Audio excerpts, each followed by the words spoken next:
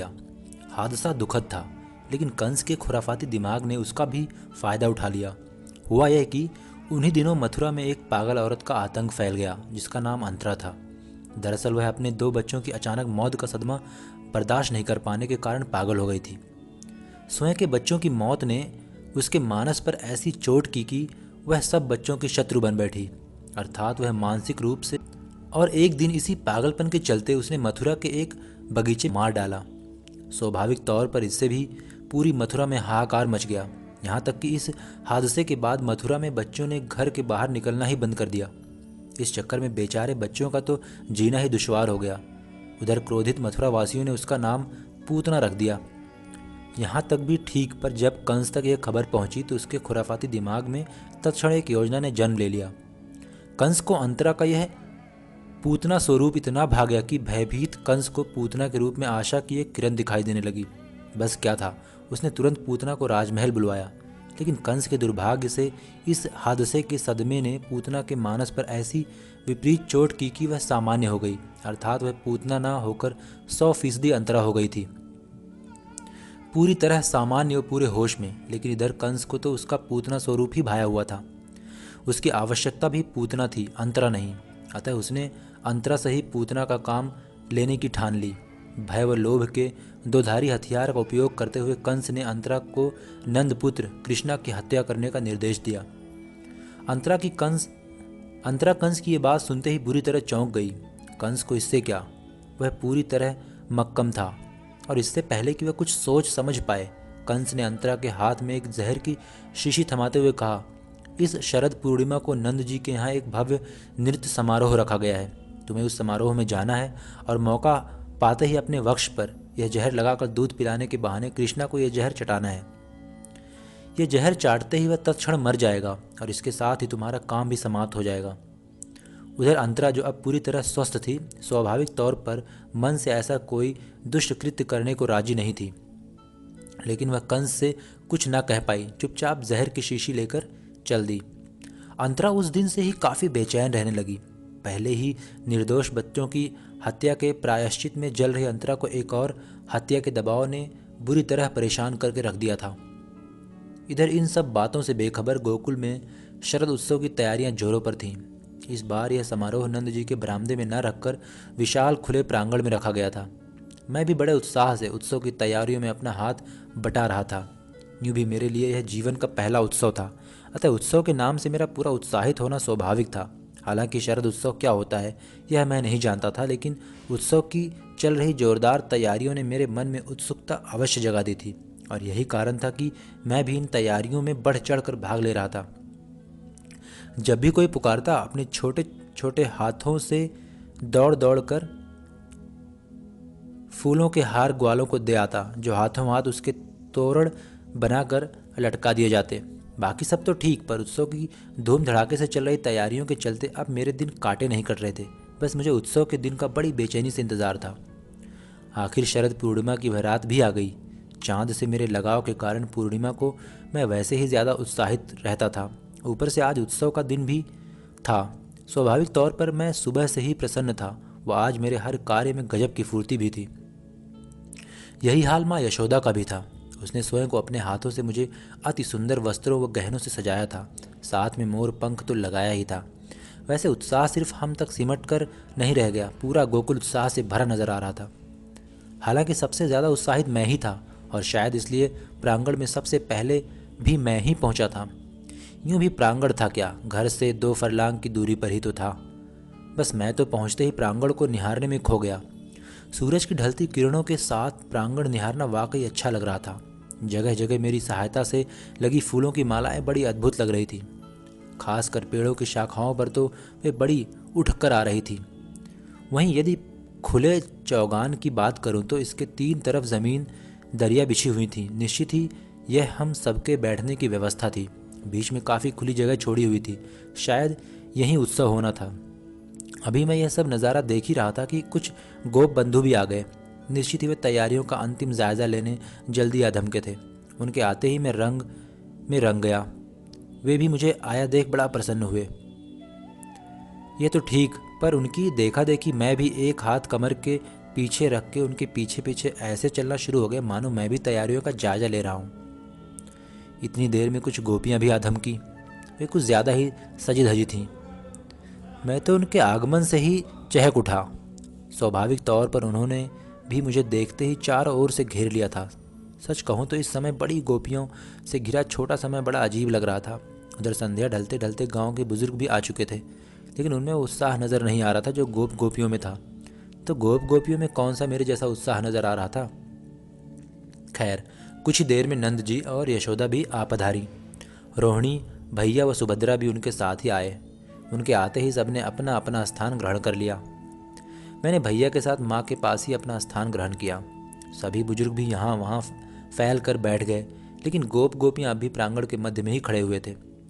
मैं टकटकी लगाए बड़ी उत्सुकता पूर्वक सबको देख रहा था। यहाँ तक तो जो कुछ भी हुआ मेरी समझ में भी आ रहा था, पर आगे उत्सव में क्या रंग चढ़ता है देखने को मैं ज़्यादा लालायित था। उधर देखते ही देखते गोपों ने ढोल बजाना व गाना चालू कर दिया। यह देख गोपियाँ रंग में आ गईं। उन्होंने तत्क्षण नाचना चालू कर दिया। कुछ ही देर में इस तालमेल ने अच्छे से जोर पकड़ लिया। फिर तो कुछ गोप भी गोपियों के साथ नाचना शुरू हो गए। इसे समा ही बंध गया। मुझे तो मज़ा आ गया। मैं तो माँ के पास बैठे बैठे ही अपनी गर्दन हिलाना शुरू हो गया। फिर तो देखते ही देखते उत्सव ने अपना रंग पुरजोर पकड़ लिया। मन तो मेरा भी बहुत कुछ करने को चाह रहा था।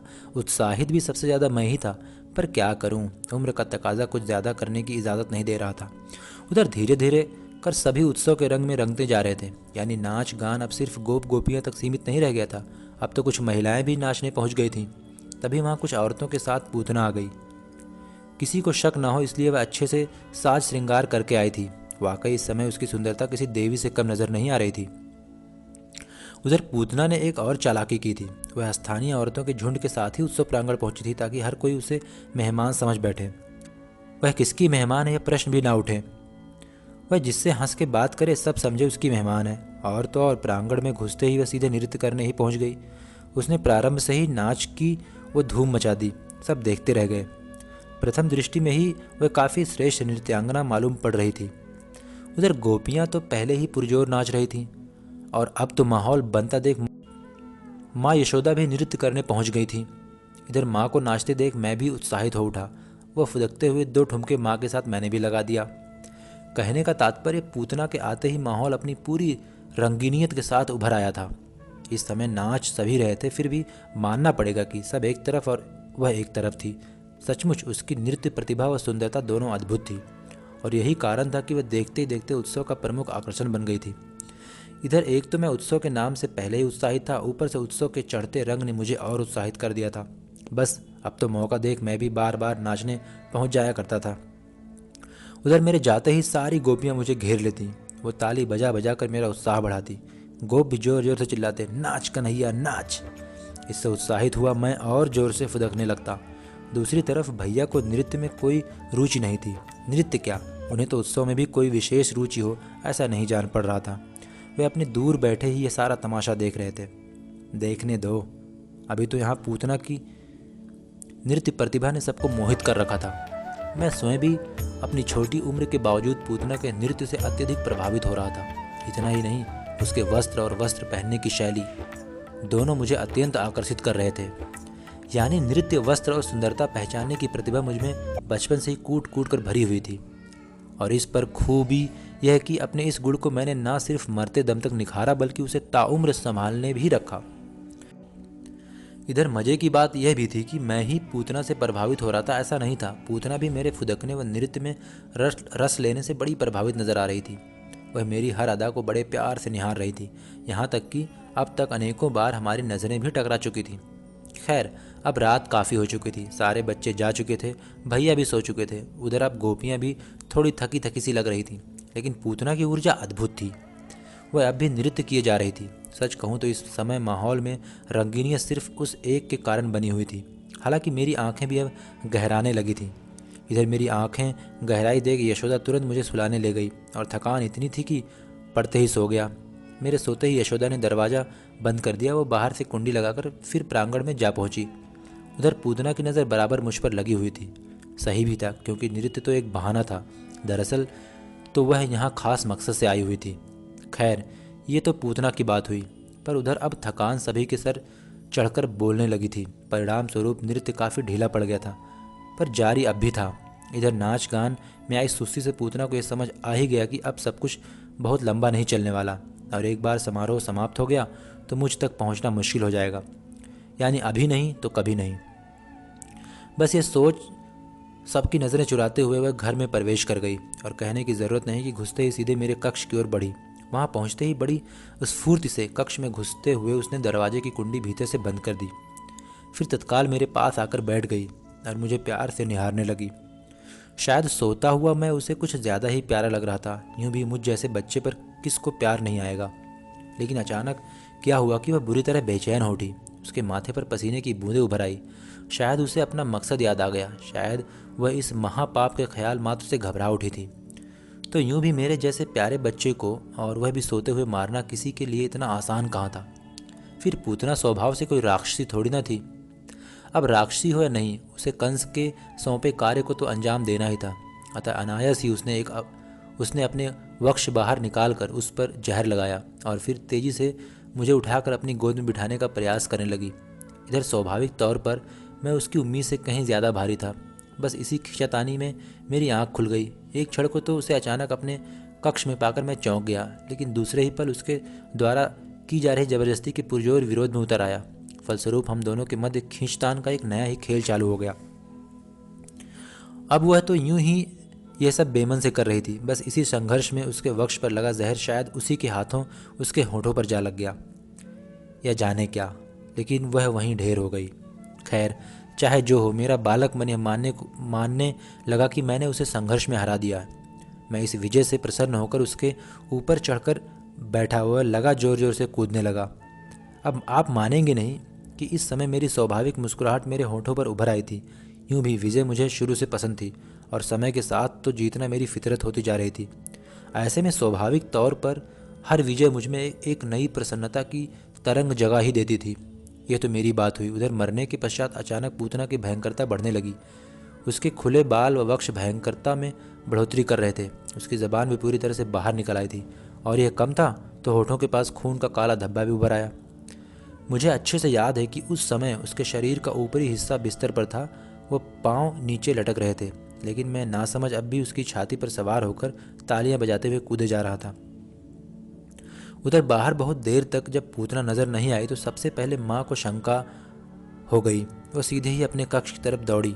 यह क्या, दरवाज़ा भीतर से बंद था। उसका तो मानो कलेजा ही बैठ गया। वह ज़ोर ज़ोर से चिल्लाने लगी। इधर माँ की चीख सुनते ही सभी उस ओर दौड़ आए। माँ एक तरफ चिल्ला रही तो दूसरी तरफ दरवाज़ा तोड़ने के प्रयास में लगी हुई थी। खैर, सबके आते ही दरवाज़ा तो एक क्षण में ही तोड़ दिया गया, लेकिन भीतर का दृश्य देखकर सब हक्के बक्के रह गए। पूतना के दोनों वक्ष पूरी तरह खुले हुए थे। मैं उसकी छाती पर चढ़ा हुआ था, मेरे दोनों हाथ उसके वक्ष पर थे, और वहीं बैठे बैठे मुस्कुरा रहा था। स्वाभाविक तौर पर मुझे इस तरह मुस्कुराता देख माँ की जान में जान आ गई। उसने तुरंत मुझे उठाया और दूसरे कक्ष में ले गई। खैर, मैं तो कुछ देर सो गया, पर वह अपनी लापरवाही पर रात भर रोती रही। वैसे माँ ही क्यों, पूरा गोकुल मारे सदमे में रात भर जागा रहा। सबको ऐसा लग रहा था मानो उसके प्यारे कन्हैया का पुनर्जन्म हुआ हो। खैर, इधर अब तक यह तो स्पष्ट हो चुका था कि पूतना मुझे मारने ही आई थी। स्वाभाविक तौर पर कोई पूतना को गालियां भी दे रहा था, तो कोई उसको थू थू भी कर रहा था। ये तो हुई आम गोकुल वासियों की बात। और जहाँ तक नंद जी का सवाल है, वह शक्तिहीन से होकर एक कोने में खड़े खड़े बड़े दुखी मन से ये सारा तमाशा निहार रहे थे। निश्चित ही इस एक हादसे ने न सिर्फ उत्सव का मजा किरकिरा कर दिया था, बल्कि पूरे गोकुल को चिंता की एक गहरी खाई में धकेल दिया था। दूसरी ओर इस बात से सभी आश्चर्यचकित थे कि छोटे से बच्चे ने इतनी भारी भरकम पूतना की जान कैसे ले ली। उन्हें यह भी समझ में नहीं आ रहा था कि आखिर वह मुझे मारना क्यों चाहती थी। भला एक अनजान औरत की मुझसे दुश्मनी क्या हो सकती है। यानी एक पूतना की मृत्यु ने न सिर्फ पूरे गांव को गमगीन कर दिया था, बल्कि आश्चर्य की चादर ओढ़ते हुए हजारों सवालों के जंजाल में भी फंसा दिया था। हालांकि मेरी सोच में इस पूरे हादसे में एक संभावना नकारी नहीं जा सकती कि पूतना ने खुद ही जहर पी लिया हो। क्योंकि वह इस कदर पश्चाताप की आग में जल रही थी, उससे यह संभावना ही ज़्यादा प्रबल थी कि उसने एक और निर्दोष बालक की हत्या करने के बजाय स्वयं जान देना ही उचित समझा। वैसे भी वह मेरी सुंदरता, मेरे नृत्य से तो प्रभावित थी ही। हो सकता है उसको मुझ पर प्यार भी उमड़ आया हो, और फिर यूं भी सामान्य परिस्थिति में बाल हत्या करना इतना आसान नहीं होता। खैर, अब तो वो मर चुकी थी। सबकी दृष्टि में वह एक राक्षसी थी, लेकिन मेरी दृष्टि में उसने बलिदान दिया था। जो हो, पूतना की मृत्यु ने मुझे एक फ़ायदा अवश्य दिया। इससे पूरा गोकुल मुझे अति शक्तिशाली एवं परम विशिष्ट बालक मानने लगा। और यह बात मेरे लिए ज़्यादा मायने इसलिए रखती है कि मेरा जन्म मौत के साए में हुआ था। जीवित बचूंगा या नहीं, यह सवाल मेरे जन्म के पहले से ही मौजूद था, और जन्म हुआ भी कहाँ था? कारागृह में। खैर, यूं देखा जाए तो आज जन्म के इतने वर्षों बाद भी मैं मौत के साए में ही तो पल रहा था। हालांकि ये बात अलग है कि मैं स्वयं उस समय इन सब बातों से अनजान था। यूं भी यह बात उस समय सिर्फ नंद व वासुदेव को ही पता थी, और धीरे धीरे अब वह जानने लगे थे कि मुझ नन्ही सी जान पर ये सारे संकट इसीलिए पैदा हो रहे हैं, यानी कंस की वजह से। कमाल था, जिसकी जान के इर्द गिर्द ये खेल चल रहा है वह कुछ नहीं जानता। कृपया वीडियो को लाइक करें, कमेंट करें, शेयर करें और सब्सक्राइब करें।